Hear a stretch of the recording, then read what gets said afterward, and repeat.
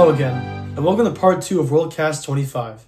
I'm Joseph Ponterero from Seton Hall Prep in West Orange, New Jersey, and I'm honored to continue guiding you through this global student media experience. WorldCast 25 is the 5th installment of an international video series sponsored by the Silvio Laccetti Foundation, in cooperation with the Italian Consulate in New York City. We are especially grateful for Dr. Silvio Laccetti and Education Officer Daniele Castellani for their support, as well as to Seton Hall Prep and its Student Environmental Club, who helped bring this program to life. In part 1, we traveled the globe, from New York to Barcelona, Brazil to Ethiopia, hearing powerful student-led presentations on issues like water scarcity, plastic waste, and agriculture sustainability. Today, we continue that journey with 5 new presentations. Each comes from a different region, each grounded in the voices of students who are paying close attention to the world around them, asking big questions, and proposing thoughtful solutions. We'll begin in Ireland, then head to Venice, Bucharest, and New Jersey, before finishing in southern Italy. Along the way, we'll hear about environmental concerns ranging from forest preservation to coastal pollution, and from community resilience to global public health. Each of these projects blends research, creativity, and collaboration, and together, they remind us of something important, that no matter where we live, we all share a responsibility to protect the planet we call home. So once again, thank you for joining us. And now, I'm proud to present WorldCast 25, Part 2. Welcome this year to WorldCast 25. I am Professor Silvio Laccetti, a retired history professor from Stevens Institute of Technology here in New Jersey.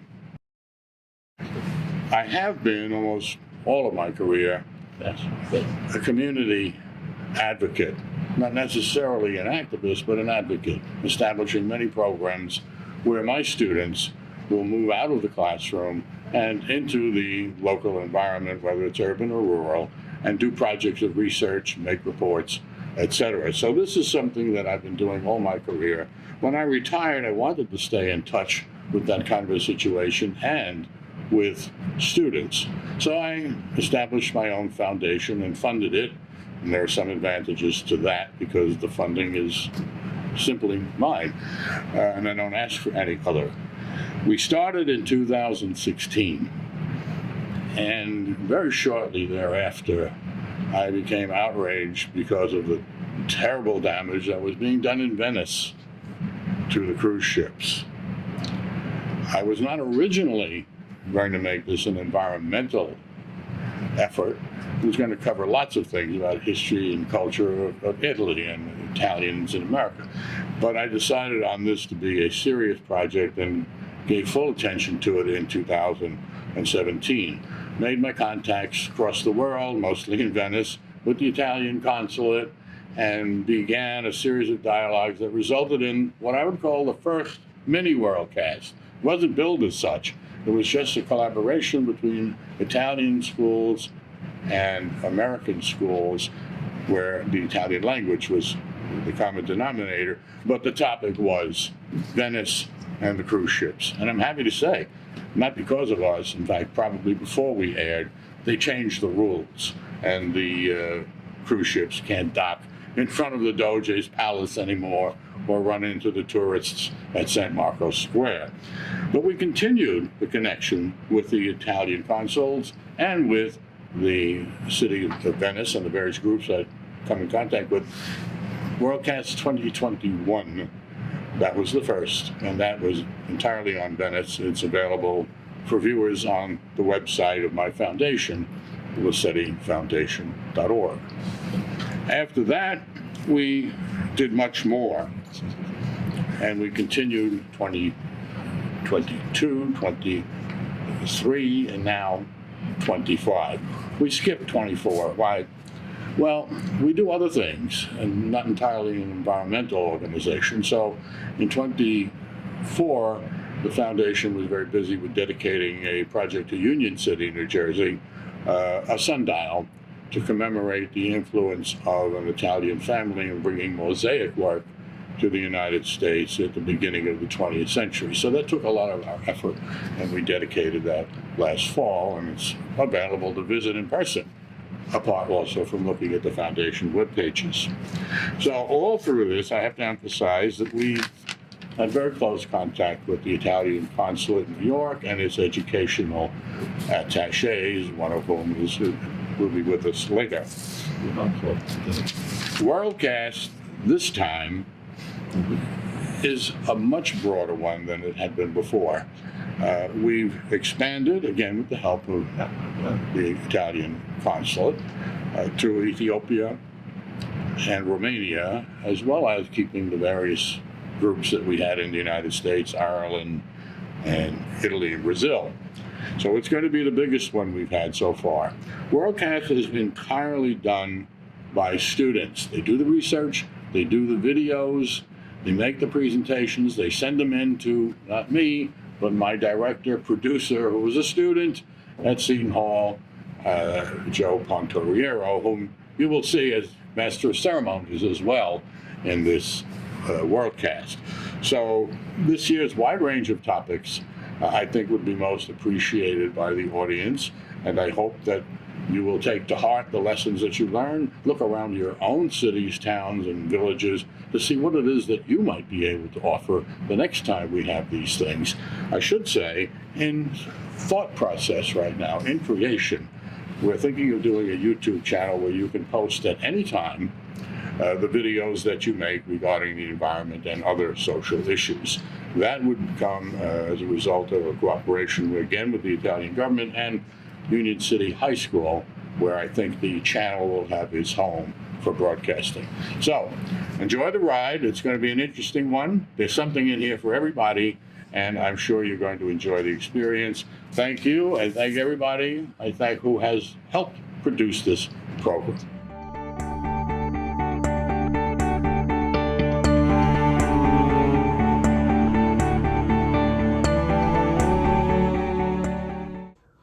Now, we turn our attention to a powerful and timely topic, deforestation in Ireland. Representing Glenstal Abbey School, please welcome Peter Purcell, Sonny McCartan, and J.J. Power. In their presentation, they'll take us on a journey from the Ice Age to the present day, examining the historical roots of Ireland's forests, the modern causes of deforestation, and the role forests play in both climate resilience and the national economy. Most importantly, they'll share what Ireland and their own school community is doing to respond to this pressing environmental challenge. Let's hear what actions are being taken and what still needs to be done to protect Ireland's forests for generations to come. Hello, and welcome to Glenstal Abbey School's presentation on deforestation in Ireland and the nation's response. My name is Peter Purcell, and I'm joined by my fellow students, J.J. Power and Sonny McCartan. I'd very much like to thank Dr. Laccetti for inviting us to take part in such a prestigious event, and hope that by the end of this presentation, you've learned something new about the growing problem of deforestation here in Ireland. What is deforestation? Deforestation is the purposeful clearing of forested land. Throughout history and into the present day, forests have been cleared to make room for agriculture, uncontrolled urban expansion, and to harvest wood for fuel, manufacturing, and construction. Each year, more than 5 million hectares of forests are lost worldwide, which is roughly equivalent to 7.2 million football fields. Deforestation is most commonly associated with tropical rainforests, such as the Amazonian rainforest in South America, where roughly 10,000 acres of forest is cleared each day. But despite what many may think, deforestation is also an ever-growing threat here in Ireland, where only 11% of the country covered in forest, as a result of our intensive farming methods and other considerable factors. What is even more concerning is that only 2% of this is made up of native tree species. In comparison, the average European country has over 35% forest coverage. Over 12,000 years ago, as temperatures began to rise and the ice cap started to melt, the first trees to arrive in Ireland were hardy pioneer species such as juniper and willow, as well as birch and hazel. As the climate gradually improved, elm, hazel and ash woodlands began to dominate in the eastern lowlands, while oak and hazel woodlands were much more common in the west. Scots pine and birch forests could also be found in higher, more exposed areas in the west. Over 80% of the country was covered in forests during this time period. The Irish landscape first began to change again around 4000 BC when modern farming methods were introduced by Neolithic farmers who began to clear the land for agriculture. Where trees were burnt or cut down to make room for fields or rough grazing, tree seedlings didn't get a chance to grow as they were eaten by livestock. As the trees didn't protect the soil anymore, the increased rainfall leached nutrients and clay particles from the soil, resulting in the formation of blanket bogs across Ireland, such as the one here on screen. Nowadays, blanket bogs cover over 13% of the country. Over the next couple of centuries, and especially during the early Christian period here in Ireland, rapid population growth and the expansion of farming led to a dramatically altered landscape. By 1600s, less than 20% of Ireland was covered by forests. Shipbuilding, as well as the production of charcoal to fuel ironwork enterprises, required vast amounts of timber. In the 17th century, when Ireland cleared even more forest for farming through a sequence of 17th century plantations and the stabilisation of landholding in the hands of the Protestant ascendancy, the initial effect was to boost agricultural production throughout the 19th century. With the establishment of the Irish estate and the land banks, land ownership was diversified into smaller holdings, which was the backbone of the Irish economy up until the early 1980s. As a result of the exponential growth in agriculture and population, by the end of the 19th century, Ireland's forest coverage had plummeted from 80% to approximately 1%. This in turn prompted the newly formed Irish state to encourage tree planting with the main objective of increasing our timber self-sufficiency and to provide rural employment opportunities. This has successfully brought Ireland's forest coverage back up to 11%, with further hopes of increasing that percentage to 18% by 2027. With the extreme effects of climate change being felt across the globe more so than ever, forests play an even more critical role than ever in mitigating the effects of climate change. Climate change is caused by global warming, which is the rising of Earth's surface temperature, which results in changes in weather patterns and ecosystems. The main cause of global warming is the burning of fossil fuels for energy, transport and heat, which release harmful greenhouse gases into the atmosphere, such as CO2. In Ireland, the agricultural sector was directly responsible for 37.8% of national greenhouse gas emissions in 2023. This is made up of mainly methane from livestock and nitrous oxide due to the use of nitrogen fertilizers and manure management. But trees can help reduce the concentration of harmful greenhouse gases in the atmosphere. Trees act as natural carbon sinks, absorbing carbon dioxide from the atmosphere and releasing oxygen.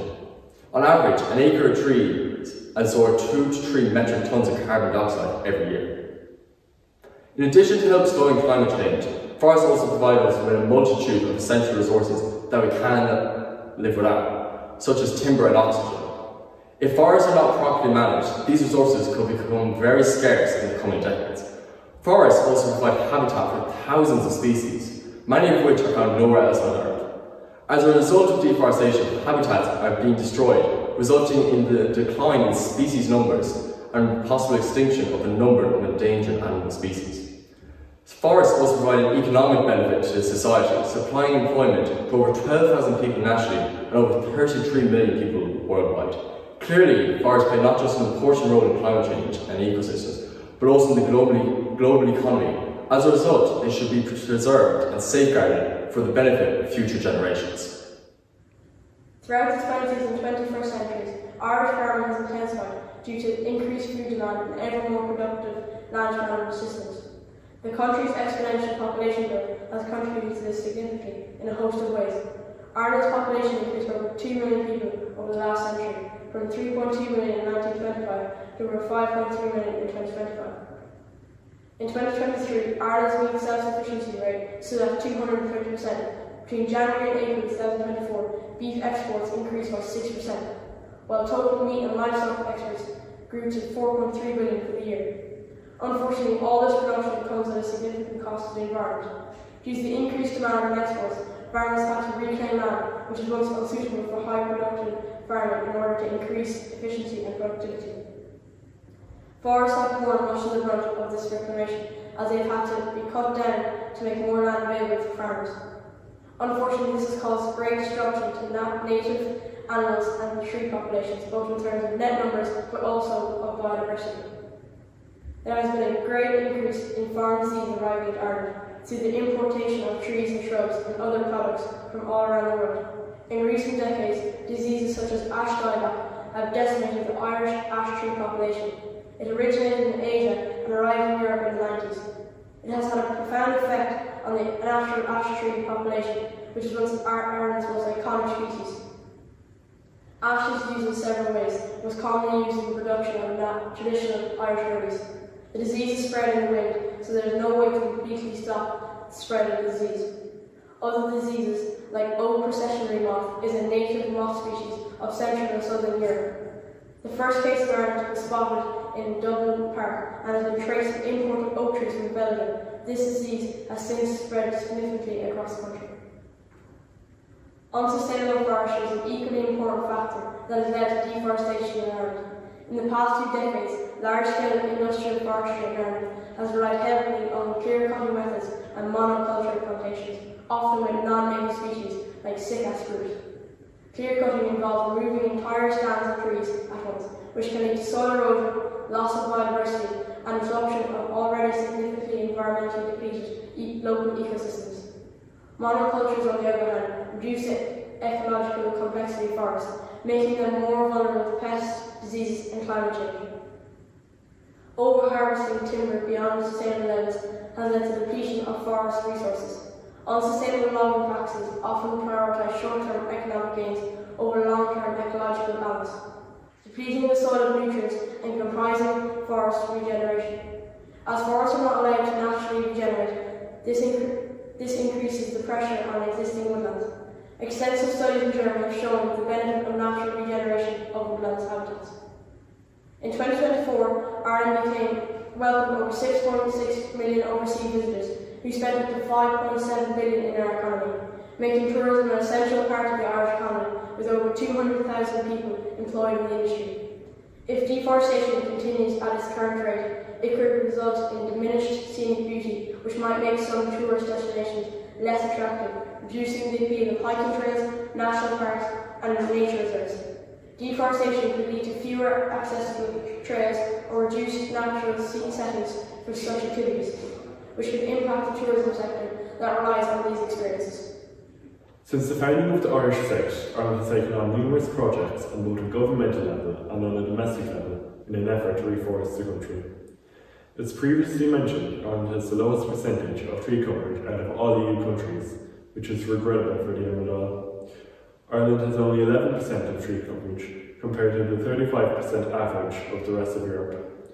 Ireland's goal is to have 18% coverage by 2027 and plan to achieve this through a number of different schemes and incentives. The Department of Agriculture, Food and the Marine offer a broad range of grant schemes aimed at increasing forest coverage in Ireland. The government is also offering additional funding to implement trails, seats, signage and forest playgrounds in the newly reforested areas in a bid to increase rural amenities and tourism. Farmers account for 82% of private lands afforested between 1980 and 2023. This is mainly due to the fact that many farmers have pockets of land on their farms unfit for farming and hence reforest it in order to gain some extra income. In 2023, a new forestry programme was introduced which recognises the differentiation between farmers and non-farmers in terms of premium payments, where farmers qualify for an additional 5 premium payments. In recent decades, Glenstal has done a great deal in regards to the overwhelming threat of deforestation. Historically, there has been an abundance of wildlife and biodiversity on the Glenstal estate. In recent years, in a collaborative effort by both the monastery and the school, tree planting initiatives have been implemented in order to combat climate change and to replenish the forests here in Glenstal. This tradition started in 1958 and continues to this day, with the most recent plantation of Douglas fir seen in red and oak seen in purple. Glenstal Abbey has also participated in the native tree area schemes as well as the native woodland scheme in the last decade.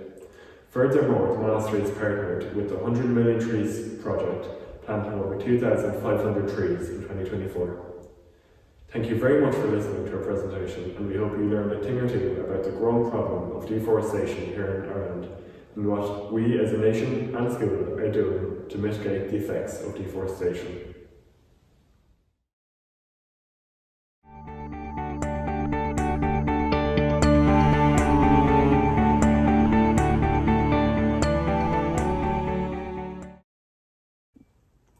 Next, we'll hear from students at Michelangelo Guggenheim in Venice and Carlo Pisacane on the island of Ponza, who partnered on Islands for Future, an inter-university project exploring how youth in Italy's smaller islands can shape a more resilient future.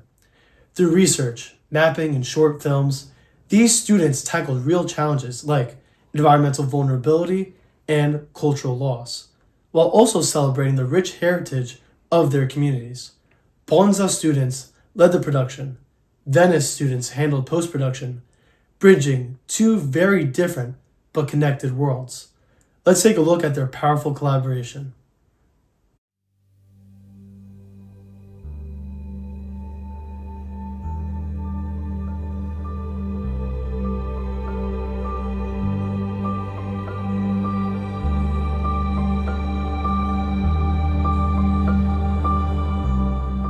Benvenuti a Ponza, una gema immersa nelle cristalline acque del Mar Mediterraneo. Scogliere, spiagge e grotte rendono la nostra isola una perfetta attrazione turistica. Ponza però non è solo questo. Dietro la bellissima copertina del suo limpido mare si celano svariate tradizioni e abitudini. Oggi ci concentreremo in primo luogo sull'artigianato di alcuni cittadini. In seguito vi porteremo a scoprire due eventi che hanno accompagnato tutti noi ragazzi nella nostra infanzia. Ed infine non potevamo tralasciare la festività di San Silverio, santo patrono dell'isola.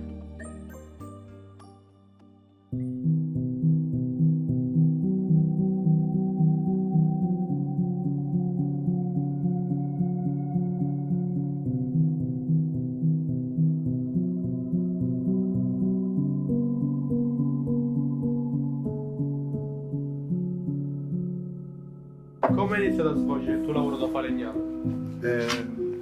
Questo lavoro di falegname è un lavoro che viene da diverse generazioni, da mio nonno, mio bisnonno, mio nonno, mio padre ed io.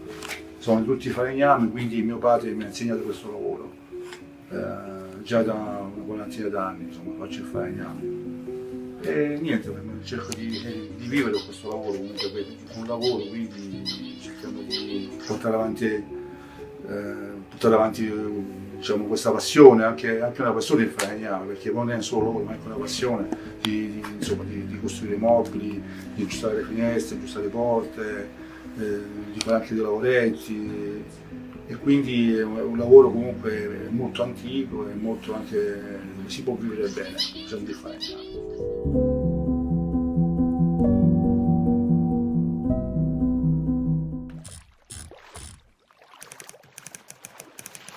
24 luglio 1943, a largo di Ventotene, aerei della Royal Air Force mitragliarono e sicurarono il piroscafo Santa Lucia. In pochi secondi il piroscafo affondò. Le vittime furono 65, mentre i sopravvissuti furono 5. La Santa Lucia non è solo una nave affondata, ma è un simbolo di coraggio, sacrificio e speranza. Le storie di chi l'ha vissuta sono il cuore pulsante di un popolo che ha saputo affrontare la tragedia con dignità.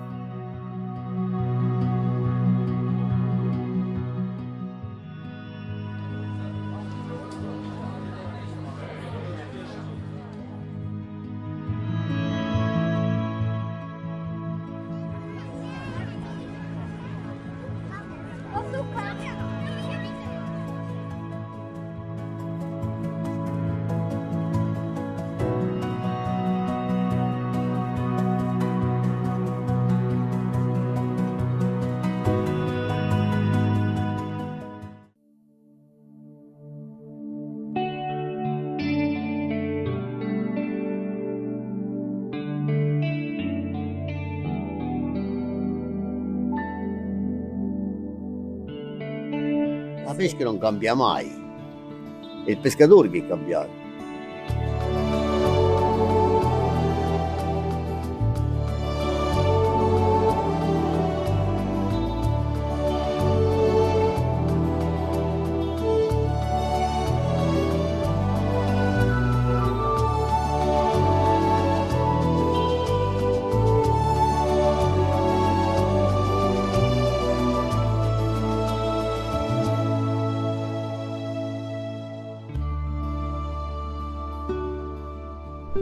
Ponza ha vissuto sulla pesca, poi è subentrato il turismo, però la sua cultura è vivere la pesca.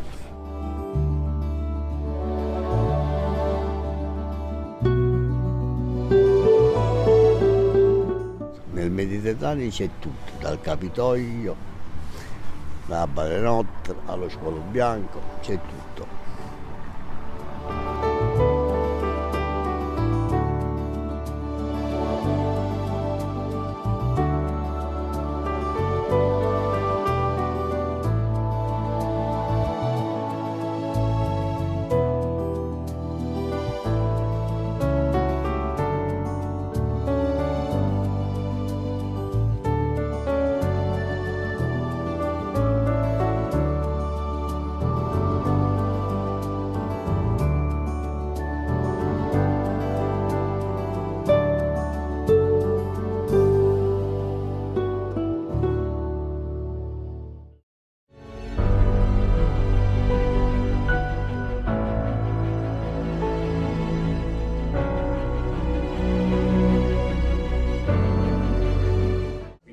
Diciamo i vecchi piatti tipici fonzesi, proprio l'aragosta, poi ci stanno altri. A lenticchia, stanno tanti piatti, a pomodoro fresco con basilico, i gamberi, il nonno Giuseppe c'avevano il peschereccio, portavano i pesci freschi a Ponza, gamberi, calamari, i polipi, i polipetti quelli piccolini.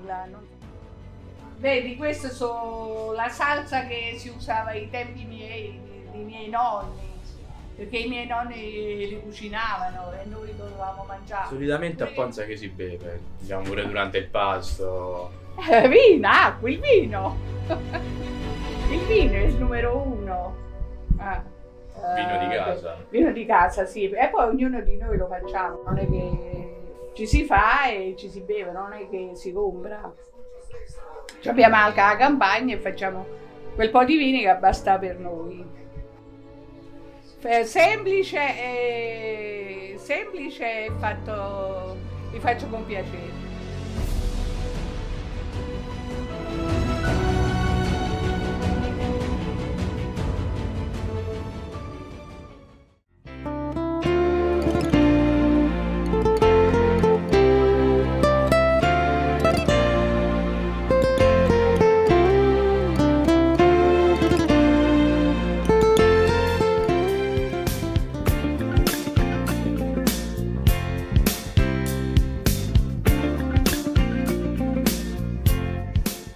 Cosa ti affascina dello stracco?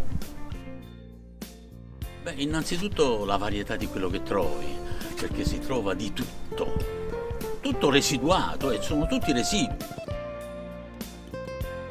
La capacità evocativa, ecco, la capacità la possibilità che ti danno questi oggetti di poter spaziare con la mente e di andare lì dove tu vedi un pezzo di legno, ma dov'è in sto viezzi di legno? Chissà da chilometri e chilometri, lontano, tra il fiume e il mare, e l'ha portato qui su una spiaggia, su una delle nostre spiagge. C'è un oggetto particolare che ti lega a Ponza? Particolare che mi lega a Ponza, no, è proprio il fatto in sé, che viene da lontano, perché la stracquatura si faceva, prima era una ricchezza, andavano giù a Chiar di Luna, era una ricchezza prendere i tronchi, portarli a casa, perché ciò che non c'era, sopperivano a quello che non c'era. Un pezzo di legno che però ha un'aspirazione, vedete, c'ha qualcosa che porta altrove, indica qualcosa che vuole andare via, come dire, che si vuole affrancare dallo stato di immondizia, per riuscire a diventare un oggetto con un significato.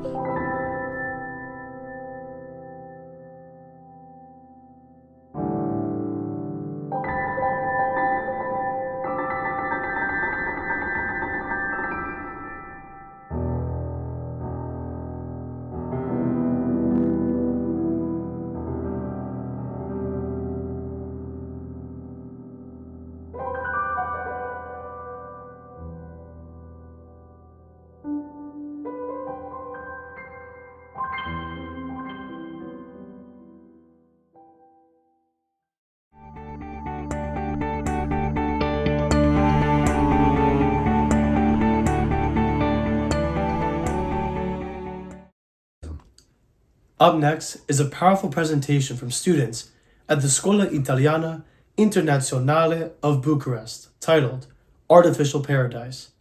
This project explores the wide-reaching impact of psychoactive substances, both legal and illegal, on our environment, public health, and society. From deforestation and water pollution to addiction and social policy, the students offer a thoughtful, data-driven look at how drug production and consumption affect both people and the planet. Let's take a look at how their important and eye-opening work affects us.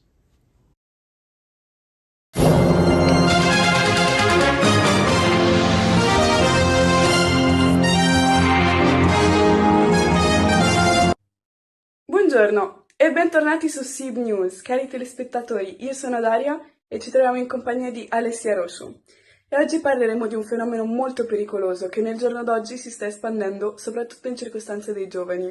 Infatti, sostanze stupefacenti legali, ma soprattutto illegali, fumo e alcol sono ormai protagonisti alle feste, ma vogliamo mettere bene in chiaro i rischi che comportano. E dunque, passiamo la parola a Sofia e ad Evelyn che ci spiegheranno i danni delle droghe sull'ambiente. Le droghe hanno 3 caratteristiche. La pianta ufficiale, che è l'erba che possiede proprietà diverse, la parte impiegata, cioè la parte raccolta per fare droghe o principi attivi, e la droga, che può essere di origine vegetale, animale o minerale. La produzione di cocaina minaccia la biodiversità del paese, con 143.000 ettari di coca e contaminazione ambientale che danneggia anche le comunità indigene e afrocolombiane. I pesticidi sono composti usati per controllare gli organismi indesiderati, come insetti, funghi, batteri ed erbe infestanti, regolando la crescita delle piante o preservando i prodotti vegetali. Molti consumatori di MDMA non sono consapevoli dell'impatto ambientale legato alla produzione e allo smaltimento illegale della sostanza. Nei Paesi Bassi i criminali gettano rifiuti tossici in parchi, strade e foreste, trascinando barili con sostanze pericolose come acido solforico e acetone. Una ricerca dell'Istituto sull'inquinamento atmosferico ha trovato droghe nelle polveri sottili dell'aria nelle città, come Roma, Taranto e Algeri. Sono state trovate tracce di cocaina, benzopirene, che è un veleno cancerogeno, cannabidiolo, della marijuana, nicotina e caffeina. Il papavero da oppio cresce su terreni poveri e richiede poche cure, ma in Afghanistan viene piantato in aree desertiche che necessitano irrigazione intensiva e deviazione dell'acqua. Questo ha causato la salinizzazione del suolo, rendendo difficile coltivare altre piante. La gestione delle sostanze chimiche sequestrate nei laboratori clandestini richiede un rapido smaltimento per ridurre i rischi. Le opzioni comprendono la neutralizzazione in loco, la donazione a enti autorizzati o il ritorno al commercio legale. Nel 2024 la produzione dell'oppio di Myanmar resta elevata, consolidando il paese come principale produttore mondiale. La produzione di cocaina in Colombia danneggia l'ambiente, degradando il suolo e inquinando le acque, specialmente nel bacino amazzonico. La narcodeforestazione e la narcodegradazione accelereranno il degrado del territorio, abbattendo foreste per piste di atterraggio e pascoli. La guerra alla droga non ha ridotto l'abuso di sostanze. Tra il 1998 e il 2008 l'uso di droghe è aumentato significativamente. Le politiche proibizioniste hanno aumentato il mercato nero e non hanno ridotto il crimine organizzato. Impatto positivo nel mondo. La cannabis, pur essendo la droga illegale più diffusa, ha anche effetti positivi, come nel caso della canapa industriale. Questa varietà viene usata per bonificare terreni incontaminati. Ad esempio, negli anni 90 è stata piantata a Chernobyl per assorbire sostanze radioattive. In Italia nel 2017 è stata usata per pulire terreni inquinati dalle fabbriche grazie alla sua capacità di assorbire metalli pesanti. Anche in Cina è stata impiegata per assorbire il cadmio, un metallo pericoloso. Tuttavia, l'uso della canapa è limitato dai costi elevati dalla guerra alla droga. Grazie Evelyn e Sofia. Ora passeremo il collegamento a Malta che ci parlerà dei danni delle droghe sugli animali. In nature, animals have been seen consuming mind-altering substances since forever, and just like humans, they can get addicted to it. Some plants induce other effects.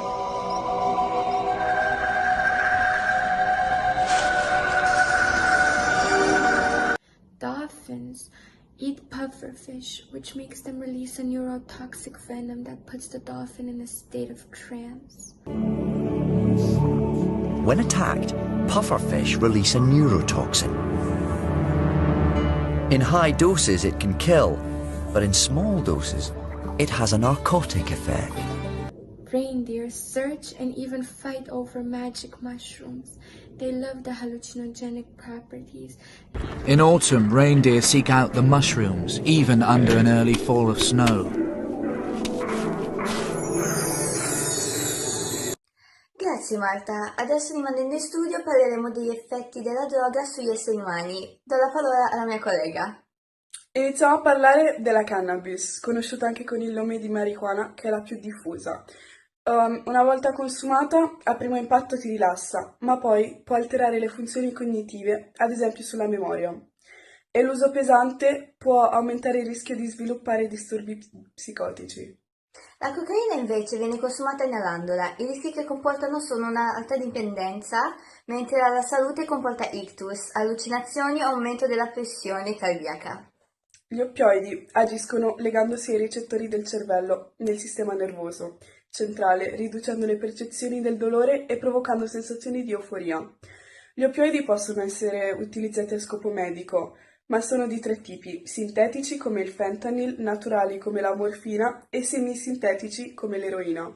L'ecstasy è una droga psicoattiva che agisce sul sistema nervoso centrale. Viene usata come una sostanza ricreativa in contesti sociali, come feste, rave o concerti, per le sue proprietà stimolanti. Un consumo eccessivo comporta sovraccarico di serotonina, disidratazione, ipertermia e rischi legati alla purezza e alla contaminazione, dato che è spesso tagliata con altre sostanze.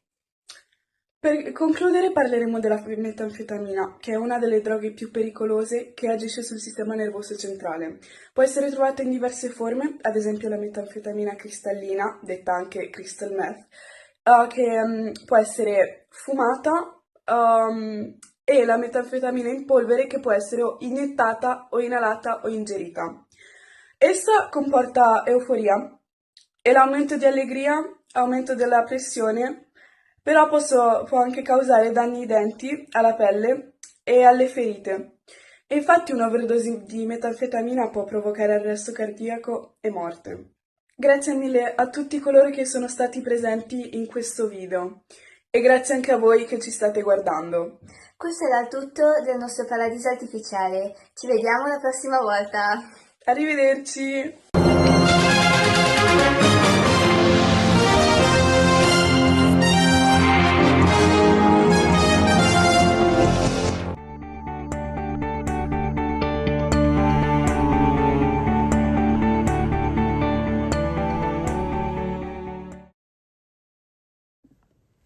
Now, we turn to a presentation from Seton Hall Prep in West Orange, New Jersey, where students explore a growing concern in their local environment, wildfires.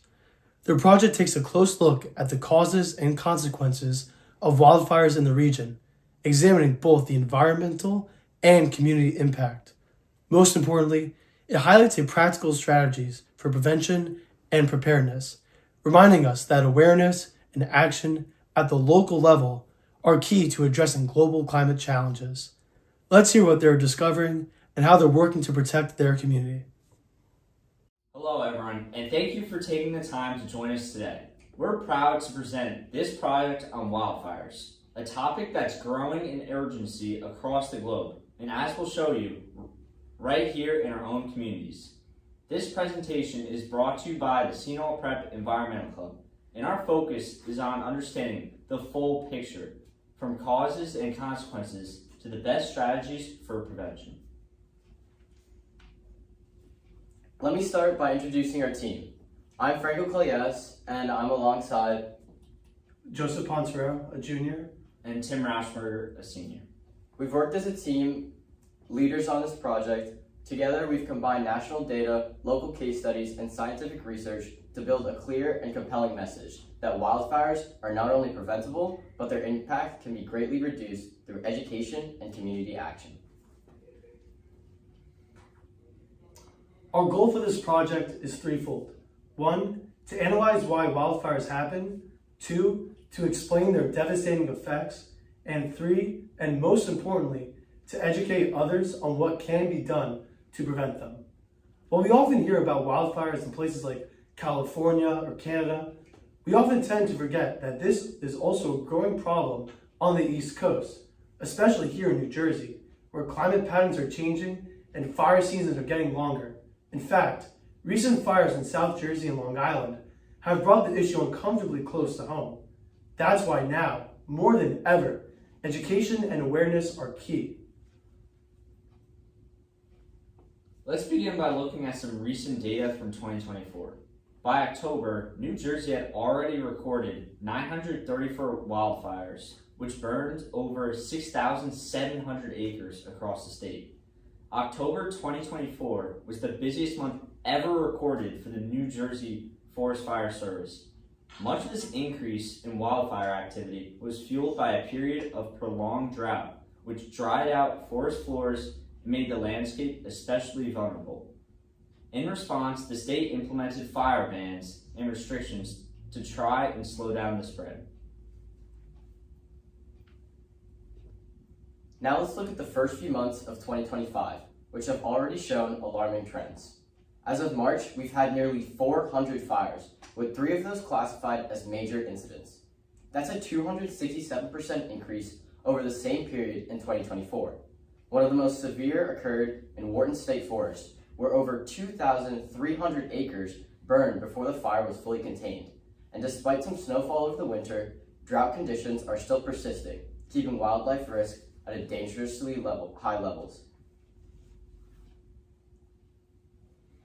So what exactly causes these wildfires? What's most shocking is that nearly all of them are preventable. According to New Jersey state data, about 90% of wildfires are started by human activity. Let's break it down. Unattended campfires can easily escape control if not properly extinguished. Debris burning, which includes burning leaves or brush in backyards, is one of the leading causes. Careless behavior, like tossing out lit cigarettes or misusing fireworks, these can also ignite dry grass on forest floors. And then there's equipment sparks, from chainsaws, ATVs, or power lines, which can easily trigger a blaze in dry weather. Finally, there's arson, or the intentional setting of fires, something that's both dangerous and sadly more common than people realize. Here, we can see those causes visualized in a pie chart. Debris burning alone makes up 40% of all wildfire causes. Arson is responsible for another 25%. Equipment-related fires account for 15%, and while campfires and cigarettes together make up another 10%. Only 10% of fires are started by natural events like lightning. This confirms a hard truth. Most wildfires don't just happen. They're sparked by carelessness. That means we also have the power to stop them. How we fight wildfires. So how do professionals fight back against something as powerful as a wildfire? There are several methods. First, controlled burns. They're used to remove dry vegetation in a controlled way before it can become fuel for a larger fire. Firefighters also create fire breaks, gaps in vegetation designed to stop the fire from spreading. In large-scale fires, aircrafts can drop water or fire retardants from above. On the ground, high-pressure hoses are used to douse flames near roads or homes. And when necessary, emergency evacuations are ordered, moving entire communities out of danger zones. Wildfires are catastrophic for the environment. In places like the Pine Barrens, they destroy fragile ecosystems and displace countless species of wildlife. Some of these species are unique to New Jersey and may not survive such destruction. Fires also lead to soil erosion. As plant roots that hold the soil in place are destroyed, this can cause runoff pollution, which then affects rivers, streams, and drinking water. The damage extends far beyond the burn zone. Wildfires also pose a serious health risk. The smoke they generate contains harmful particles that can worsen asthma, bronchitis, and other respiratory conditions. Wildfire smoke doesn't just stay in one area. It can travel for miles, affecting communities far from the fire. In terms of climate, wildfires release massive amounts of carbon dioxide and other greenhouse gases. This contributes directly to global warming and as the climate gets hotter, conditions for wildfires only get worse, creating a vicious cycle. Community impact. Wildfires also devastate communities. Emergency response costs millions of dollars each year. Homes, businesses, and infrastructure are often destroyed or severely damaged. Tourism drops when state parks and hiking trails are forced to close. Families are often displaced for long periods of time, and recovery can take months or even years. Fires can shut down roads, power lines, and communication systems, causing large-scale disruption across entire regions. The good news is that we can prevent many of these disasters. Here are only a few simple but powerful strategies. Always follow safe outdoor burning practices and never leave fires unattended. Use caution with equipment and vehicles in dry areas. Dispose of flammable materials like cigarettes or matches properly. Keep yards and properties clear of dry brush, especially near homes in rural areas. And most importantly, report suspicious activity or fires immediately. To conclude, wildfires are not just a distant Western problem. They are becoming a regular threat here in New Jersey, and their effects are being felt more and more each year. They damage the environment, harm our health, and threaten entire communities. But we also know that the majority of wildfires are preventable, and that means the power to change lies within us. Through education, responsibility, and community engagement, we can all play a part in preventing the next wildfire. Thank you.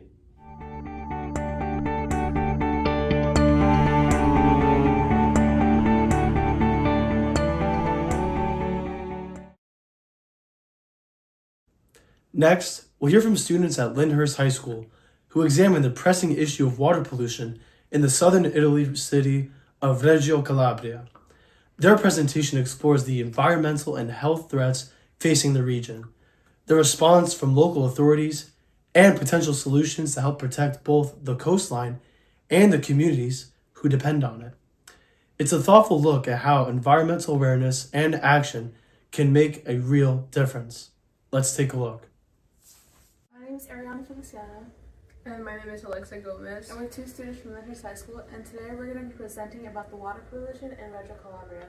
Originally, our presentation was in Italian, but we translated it all in English to reach a larger audience. Our city is located in southern Italy in the region of Calabria, and which is near Sicily, and there are around 172,753 residents living there. The problem in Reggio Calabria is the pollution of the water. There is a similar problem in the United States along the beaches of Los Angeles, California. Polluted water can create health risks such as skin cancer and skin irritation. And Italians contribute to this issue whenever they deposit their waste such as plastic, paper, or anything else into the environment. And according to news sites, this situation is very grave. So what can the government of Italy do? First of all, they can organize a beach cleaning. And second, they can also start passing laws to limit the use of plastics, and they can also continue to promote the usage of la raccolta differenziata, which is separating waste into different types, like plastic, glass, metal, and organic waste. What can Italian residents do? First, they can never leave trash on the beach. They can take their trash home and dump it into the correct bins. They can limit the use of single-serve plastics, and they can recycle whenever possible, so that way not only the beaches and the water in Reggio Calabria is safe, but also the country and the rest of the world.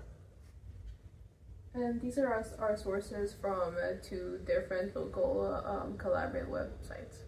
Thank you.